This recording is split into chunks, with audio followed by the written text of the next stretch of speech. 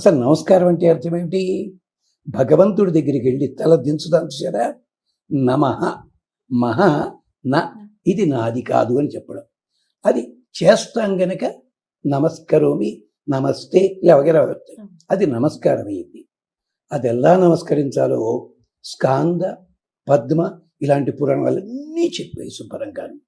ఒక చోట రాజుగారు కనిపిస్తే వాడు రాజుగారు దిక్కుండాను నమస్కారం గురువుగారు అన్నట్ట. వాడు నాశనం అయిపోయాడు దుర్వాసుడి చేతిలోను. ఆ పురాణం వేరే కథ ఉంది. ఇలాంటివి ఉన్నాయి. ఇంకో చోట ఒక్క చేతితో నమస్కరించేటవాడు. చేయి తీసేయండి అన్నాడు రాజుగారు. ఈ కథలు ఉన్నాయి.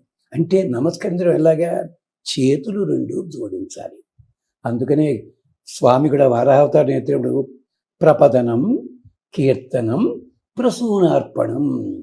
నీకు కీర్తన రాకపోవచ్చు, పువ్వులు దొరక్కపోవచ్చు, కానీ చేతులు ఉన్నాయి కదా, ప్రపదనం. ఈ రెండు దగ్గరికి చేర్చరా బాబు. ఏం చేతంటే ఈ చేతిని చేతిలా చూడకండి అమ్మా.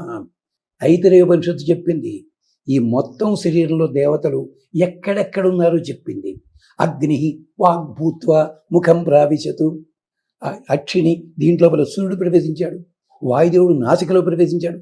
అలా మొత్తం అంతా నింగిన్న దేవతల నిజవాసము, హరివాసము. అందుకని చేతులు రెండూ దగ్గరికి జోడించాలి.